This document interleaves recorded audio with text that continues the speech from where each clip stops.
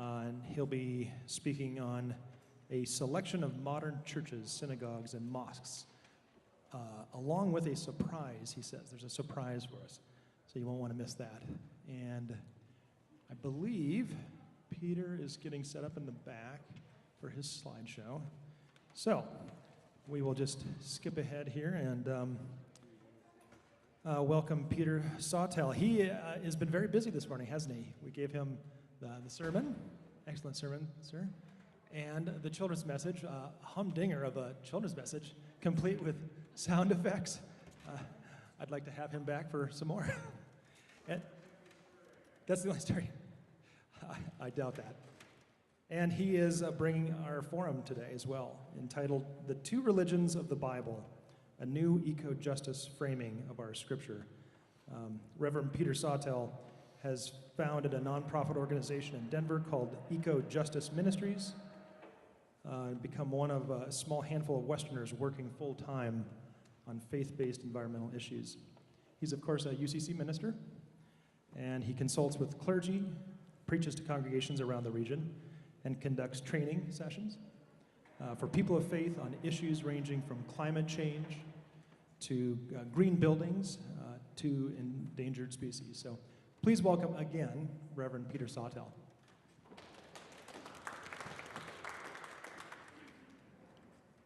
Thank you. We couldn't get my laptop to talk to the projection system, and so I was hoping to be able to use my supersized mouse pointer, I can see it there, to highlight things on the screen. I'm just going to have to vaguely gesture, and you'll have to use your imagination.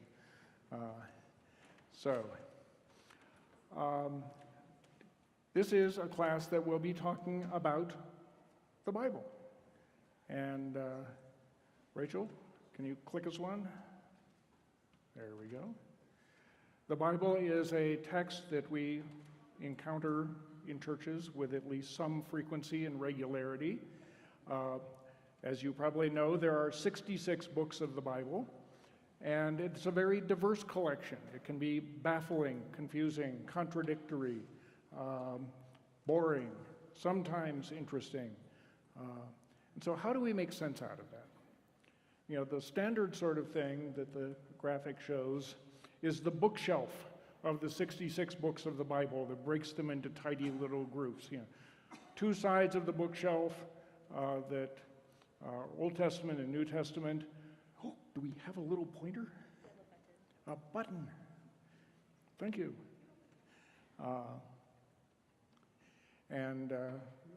It's broken down mostly by the different sort of genres of writing that we find in the Bible, with history or poetry or prophets or letters. And that's the normal way that we think about it. But I'm not sure that's entirely the most helpful way for us these days. It's a pointer, like a laser pointer. Oh, there's a pointer, okay. So today I want us to explore, hold on a second. Oh well, thank you. Explore what I found in an interesting, fairly recent book, Come Out My People, God's Call Out of Empire in the Bible and Beyond. It's 475 pages, which tells me that I can spend about 15 pages per minute, or I can be a little bit more selective in trying to talk about important pieces of it, which is what I'll do. And so we will be bouncing through pieces of this book. I will try and summarize Wes's big idea about two religions and give some examples of 3 different places where he does some of that scholarship. And then we'll have more conversation about what that perspective means for churches like the UCC.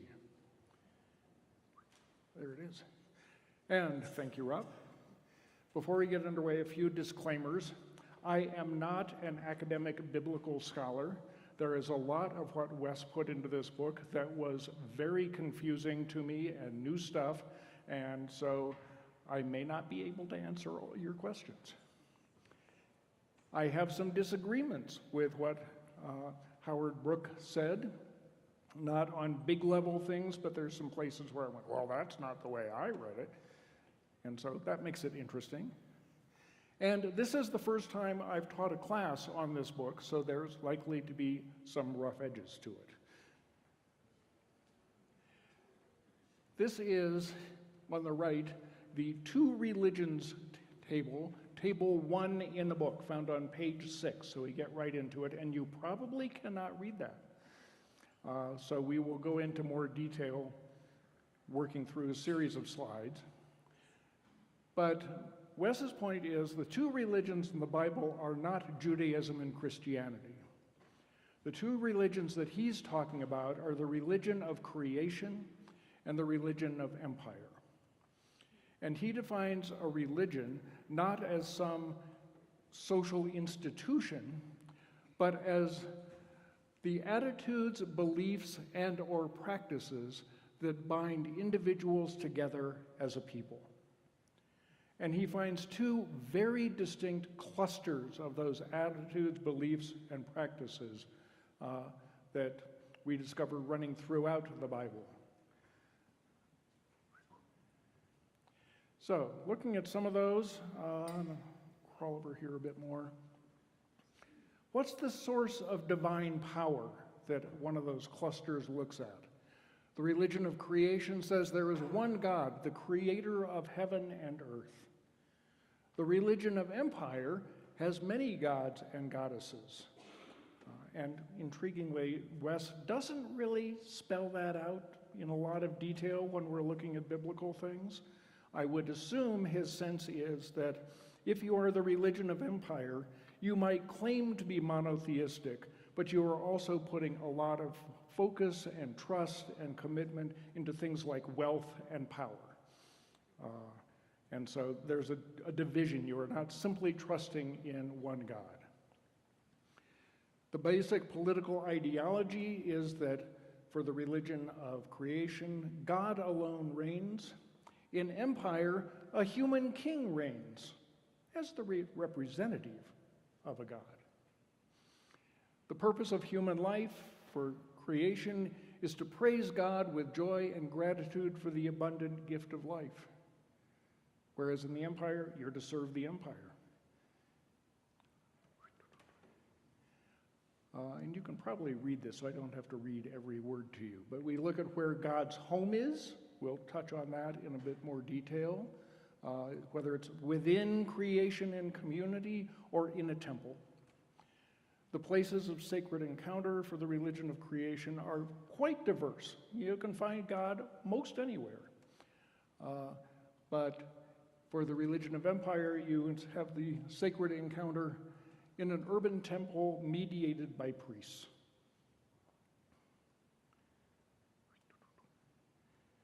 Basic social structure, egalitarian kinship and community as opposed to hierarchical patronage in a sort of transactional style. Basic architecture as a village or small town, again, emphasizing community as opposed to the urban concentrated setting. Economic structure, the religion of creation looks at gift, barter, collaboration. It's a sense of abundance in the world that we can share in. The empire has money, debt, and competition in the midst of scarcity. And closing out the list, religious obligations in the religion of creation, it's to embody shalom, to build right relationship. Whereas in the religion of empire, it's to perform rituals. In the religion of creation, the earth belongs to God and we are tenants of the land. Whereas in the religion of empire, the earth belongs to the king and to those who have the means to afford owning land. The relationship to others is hospitality and love on one side, or suspicion and violence on the other. And sort of wrapping up in dramatic form the whole outline, what do you do with enemies? You love them or destroy them. It's a very stark separation between two very different ways of seeing the world. Now, if some of that sounds familiar, it's because those two religions of creation and empire exist all around the world and throughout all different historical periods. They're fairly standard things. The religion of empire is well known. We can see it cropping up all over the place, and we can certainly see it around us. The religion of creation, as West describes that, is more specific to the Judeo-Christian tradition in terms of some of the particular language of the expression. But I would think that we can also see the religion of creation in many other faith and philosophical traditions, and especially in indigenous religions. And I have a question down there. And if you try and apply those two to US politics, we could probably have some interesting conversations, and I bet we will not find anything that is a pure representation of the religion of creation. Empire, maybe. Now, it's an interesting project in the sociology of religion to say, oh, look, we found these two different things going on. And that could be the source of some scholarly articles, and you could do a doctoral dissertation on it and get settled in your career. But West does three things in this book that I think kick it out of an interesting academic exercise. The first one is he takes those two ideas and he assigns the books of the Bible to the different camps along a spectrum of strongly one or the other. And as he looks at the books of the Bible, he works not by the chronology that we usually see as we read through the Bible that talks about the progression through history, but he looks at the time the books were written and what was going on at the time that those books were recorded and what people were trying to understand and express. And the third thing that breaks it out of sort of stark academics is he's very clear that he is an advocate for the religion of creation. He has a bias in showing us all of this. And as we work through that, we can start to see how that might influence us. And, oh, this is small. So, let me say that, which one's the pointer? Yellow button. There it is. As he tells this, the written Bible starts in 1000 BCE. It's over there somewhere. At the time of David and Solomon and the beginning of a kingship in Israel and Judah.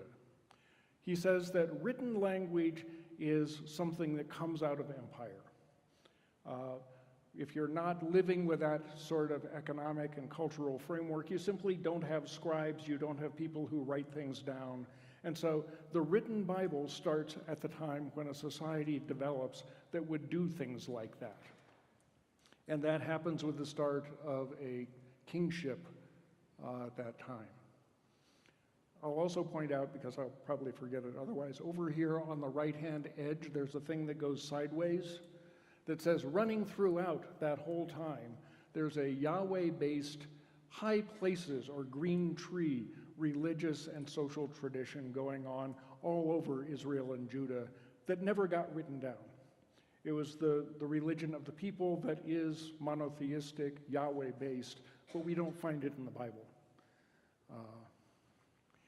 So, up there at 1000 BCE of David and Solomon, and that shows up in the books of Samuel and 1 Kings. And he puts that way over on the empire side because the heading is a little bit off the screen. Empires over here, creations over here. And so that sort of official message justifying the kingship gets put out in a written form as the start of what we would now say is the Bible. Very shortly thereafter, we get something cropping up on the other side of the chart with the Exodus story that brings a completely different perspective and is deeply rooted in the religion of creation. Exodus is a response to the monarch story. and contradicts it frequently. Then you get a big gap of a couple hundred years and not much else gets written. And the politics of the Middle East and the conflicts get more complicated, and other empires are rolling through with their armies, and so more stuff gets written, and there's more monarch history. Hezekiah, the prophet Isaiah, there's 3 books of Isaiah that get jumbled together. First Isaiah is sort of in the mid-range of the empire zone. And as Isaiah looks at the conflict between empires, Isaiah writes into that section. Again, a few years later, as that empire perspective gets re-expressed, you get some prophets. Amos, Hosea, Micah, speaking much more on the side of earth community. Jumps back over, Deuteronomy and Joshua, got to defend the empire, and more monarch history. Prophet Jeremiah. And this is getting into the time when the northern kingdom of Israel has fallen to outside forces. The nation of Judah is under threat. And so we start to get second Isaiah, speaking of promise and hope, coming out of that, and third Isaiah. Meanwhile, there's other whole batch of stuff because the world is in turmoil at this time. You go into the Babylonian exile, and lots of stuff gets written from that perspective. And what's it mean to come back to Judah and reestablish the temple? Lots of writings, mostly on the empire side, some over with third Isaiah. Then we get another break because the world is sort of working out of what it did. And moving into a later period of Jewish history, we get the wisdom literature. Proverbs, Job, Jonah, batch of the apocryphal literature that's in parentheses that most of us don't know anything about. And finally, we get the book of Daniel and some of the other apocalyptic writings. And then cross over into the Common Era, and we get the New Testament writings that Wes puts all strongly in the religion of creation camp, starting with the letters of Paul, the Gospels and Acts, some of the other letters, and ending with 1st and 2nd John and the book of Revelation. That's a different sort of organizing than we see in that little tidy bookshelf that says, oh, here's some letters, here's some poetry. It's all having to do with what's going on in the world. What are the struggles and the conflicts that people are facing? And by putting it in those terms, we can start to understand the actual interplay and the back and forth between these two religions that are so much in tension with each other and that at times are in out-and-out conflict with each other, arguing on the specific issue. So as we flip through this, I'm going to look at the question of kingship and community, the other, and where we experience God, just as some samples of that in some ways are pertinent to us.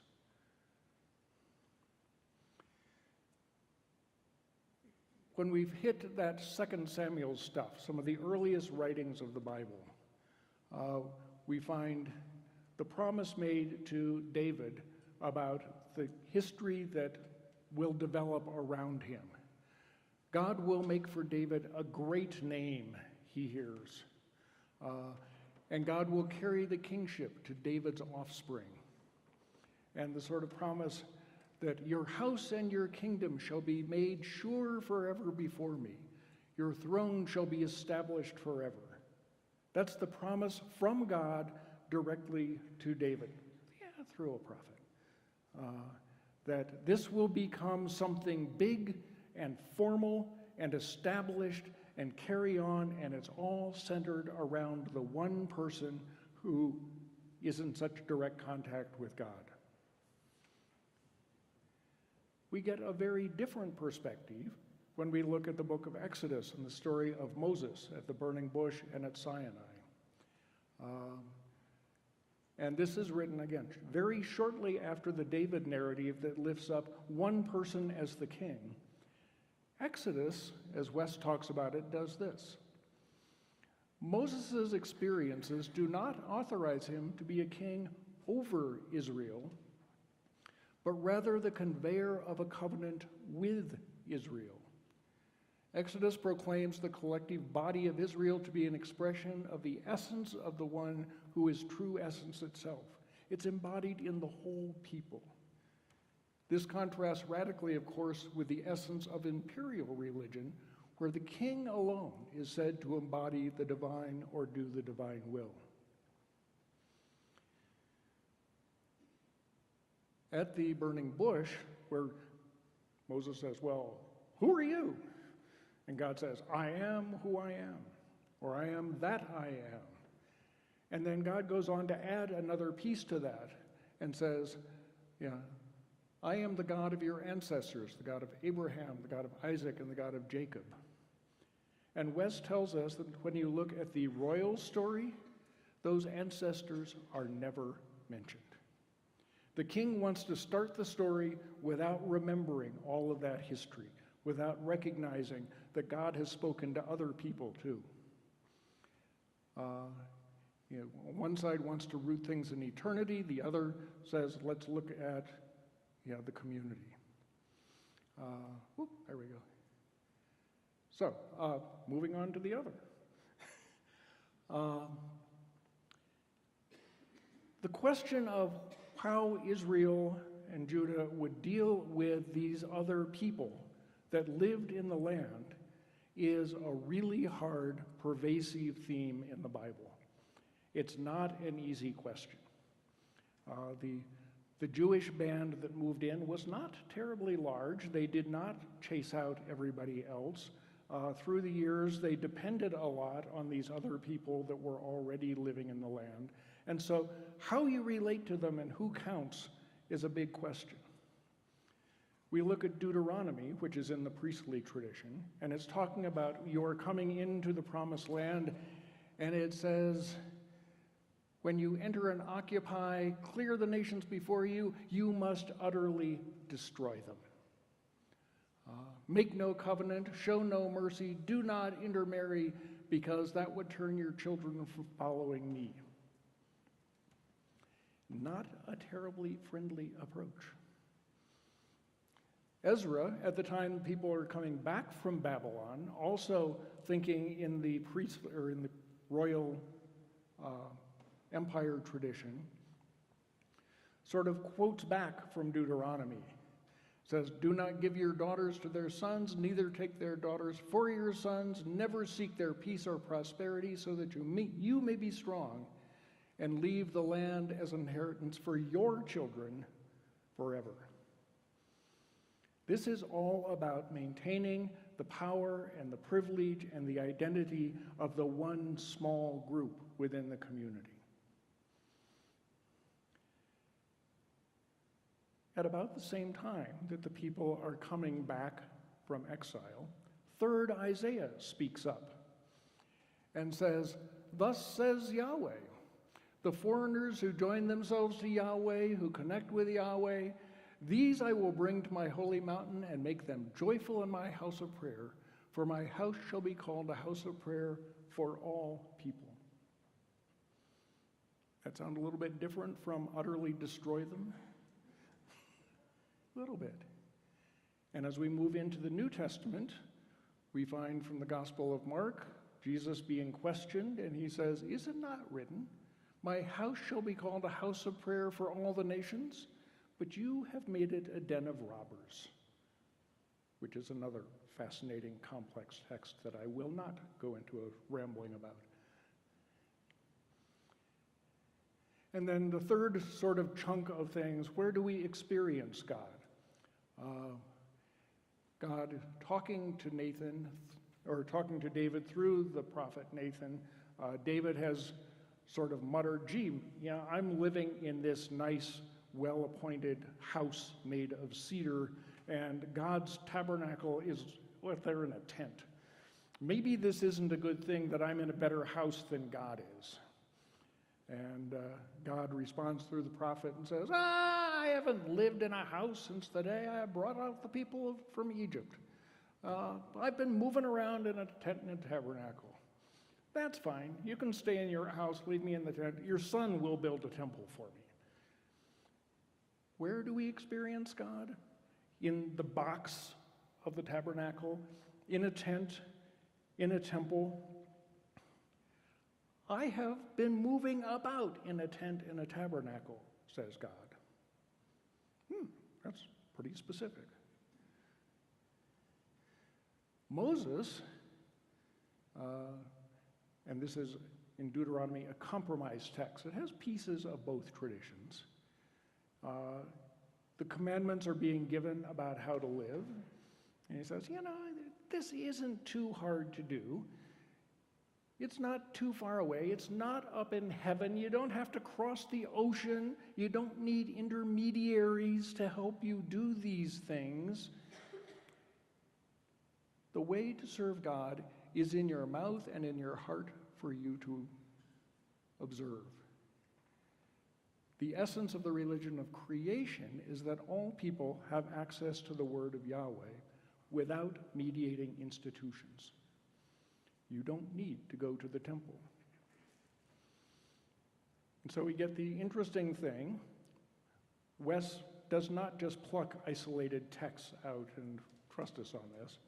So we have the phrase, "Thus says Yahweh," which is heard over 400 times in the Hebrew Bible. Luckily, there's software that can tell us that. And 350 of those are found in the prophets. It does not turn up once in the Solomon story, because "thus says Yahweh" suggests that Yahweh is speaking to somebody other than the priests and the king. In the religion of creation, individual people can hear the word of God and can respond to it. "Thus says Yahweh" is a popularizing expression. God is speaking to all of us. Where do we experience God? In the Gospel of Mark, Jesus goes to the synagogue and confronts a man with an unclean spirit. And West tells us that never in the Gospels, in any of the four Gospels, does Jesus experience God in the synagogue. Only unclean spirits are present in the synagogue, the equivalent of the temple. And so Jesus casts out an unclean spirit, which is a manifestation, he says, of the scribal collaboration with empire.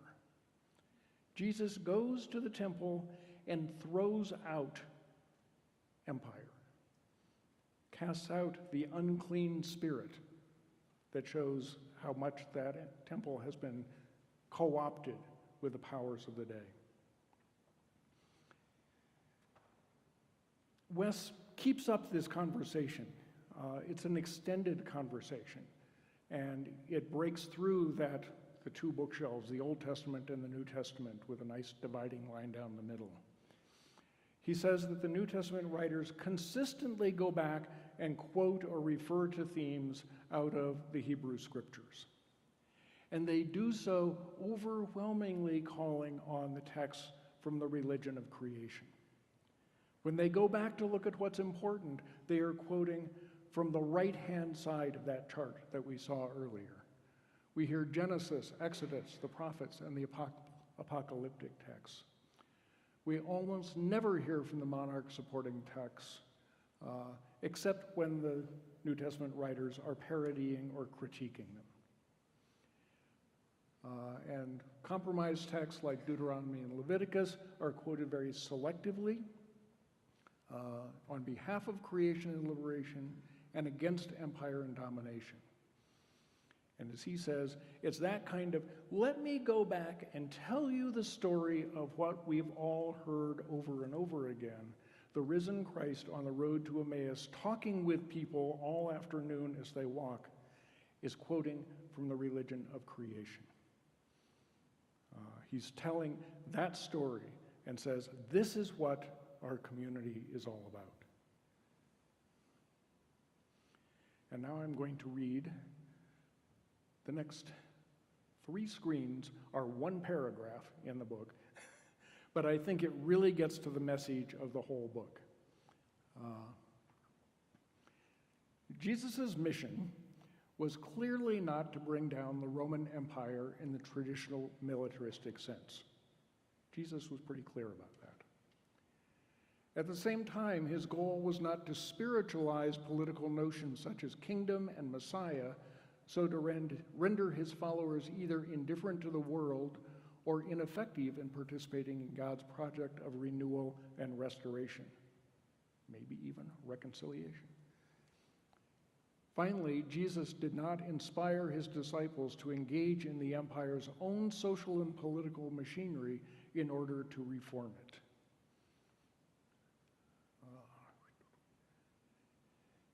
Rather, the purpose of Jesus, as seen through a resurrection-oriented reading of the 1,000-year-long storyline we have followed, going back to 1000 BCE to about 100 CE, the purpose was to bring Yahweh's ancient purpose for humanity to fruition, to bring forth a people whose lives would be a light for others, to show them how to live in true harmony, in shalom, with God, one another, and creation. Now, he says, this understanding of Yahweh's purpose would have been obvious were it not for the persistent, powerful presence of the religion of empire claiming Yahweh's authority, practiced at that time by the Jerusalem temple, its priesthood, and its collaborators, both among the elite and ordinary people. Almost done. In other words, Jesus, experiencing God's overwhelming love for him and for all creation, took up the sacred vocation of embodying Yahweh's will by engaging in the two-part mission of denouncing the religion of empire and proclaiming as good news the religion of God's imminent and abundant kingdom of peace, justice, love, and joy for all.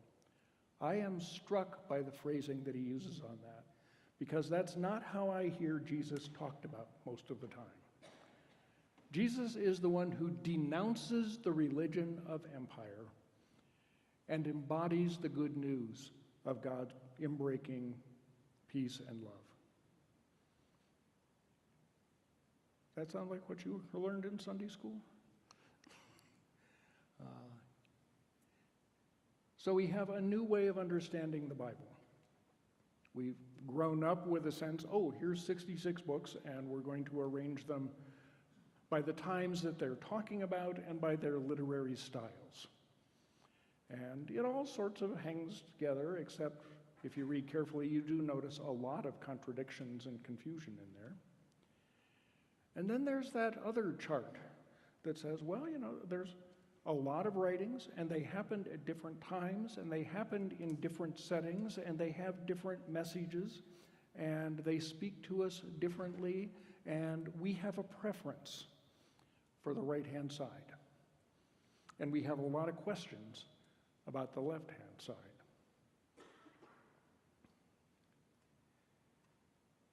So we have a picture of the Bible that's different than we might have seen before. And I think having that sense of the Bible is a dialogue and a conflict between two religions makes it both more interesting and more understandable. And it gets us out of that notion that the two religions of the Bible are Judaism and Christianity, or God and Son of God. We get that dramatic new notion of what the ministry of Jesus is about, denouncing empire and embodying the realm of God. And I think one of the contemporary pieces is that the progressive Christian church doesn't do a superb job of getting us into the religion of creation. And I go back to that thing that says, Jesus did not inspire his disciples to engage in the empire's own social and political machinery in order to reform it. And if we look at the progressive Christian church, myself included, we really want to go down to the legislature and work for the right things and register voters to get them turned out and file lawsuits and work for new institutions that will build up food banks and whatnot. We are not embodying the sort of loose-knit, spontaneous, nonviolent community that the religion of creation talks about. That's where I struggle the most with what Wes had to say. And so we have covered 475 pages in I don't know how long, and it's time for me to stop reading the slides to you and let you react to it. Rob, guide us in this. Any questions?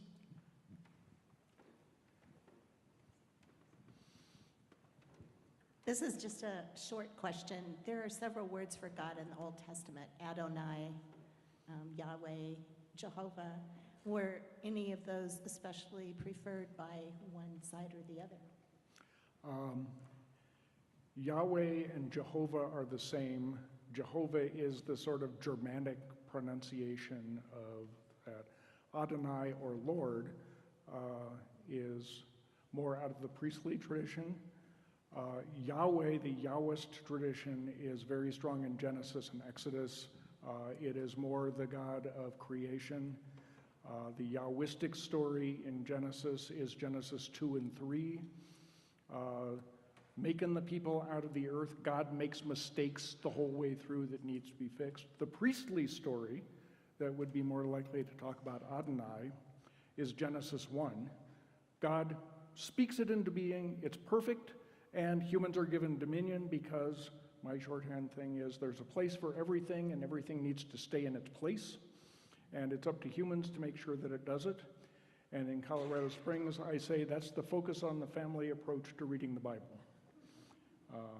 Keep it where God put it, and there's no question about it. So yes, those two names for God reflect, at least in part, the two different traditions.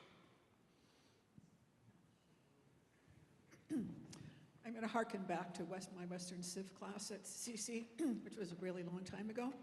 And I remember that something that we read talked about the difference between North and South America, two continents that have really comparable richness, and just really comparable. And one of the articles we read, I'm sorry, it was so long ago, I don't remember where, was that an explanation for that difference was the Protestant ethic that was dominant in North America. And that the ethic of just accepting what's given to us by God is maybe to accept our poorness and we can't own land and whatnot. And I've been thinking about that recently as we have all those discussions about our southern border. And if you look at South America in totality, and I've never taken that class, at least it seems like at least half the countries could make a reasonable argument for wanting to come here because they're in danger. They're in poverty, they're in danger. And if we accept that as a rational argument for allowing them to come here, we're going to have a really huge amount to deal with all at one time. So I'm just wondering if you feel, is that a logical argument to make, that one of the things that helped us take better advantage and progress with our natural resources was that Protestant ethic compared to that other one of sort of accepting the way that things are organized, the way the church is organized, the way the Pope in Rome is in charge? Is that a rational analogy to make or not?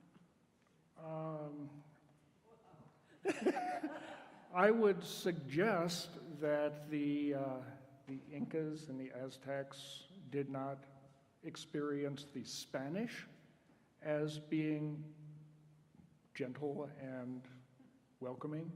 The Protestant sense of your wealth is a sign of God's grace for you is disruptive. The sense that we do our salvation by works out of the Protestant heritage is important. But the Catholic Church that was behind the incursions into Central and South America was equally acquisitive and brutal.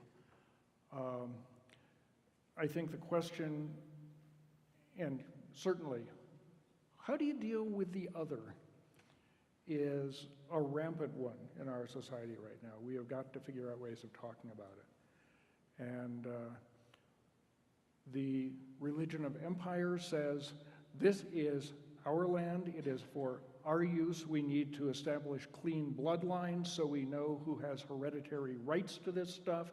We need to have boundaries talking about what proper religious rituals are to make sure that you're part of the community, and it's ours.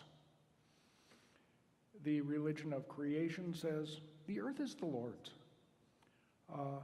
We live in community, And it is incumbent on us to live with justice and compassion and peace, and to remember that we were captives in Egypt, and it's no fun being enslaved and poor, and we called for relief and we got it, and maybe other people deserve that too.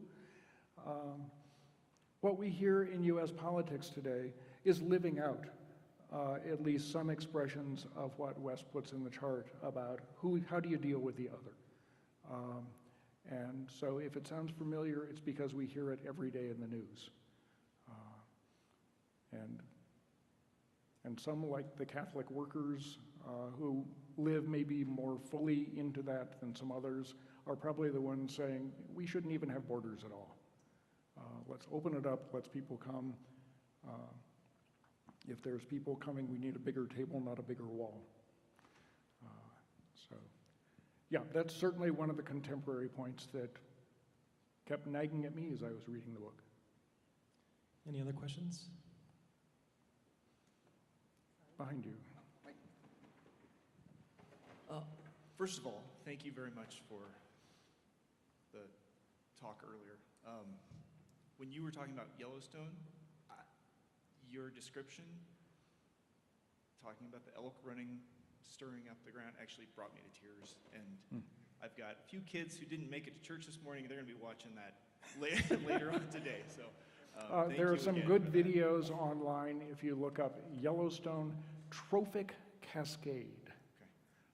That's the cascade is you introduce a top-level predator and it ripples through the entire system.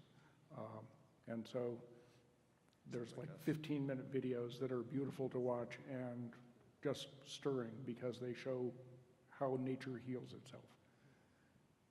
My question is, what are your thoughts, just right there at the end, what are your thoughts on how do we affect social change? And there's the one person at a time, which, the one starfish that gets thrown back in the sea. There's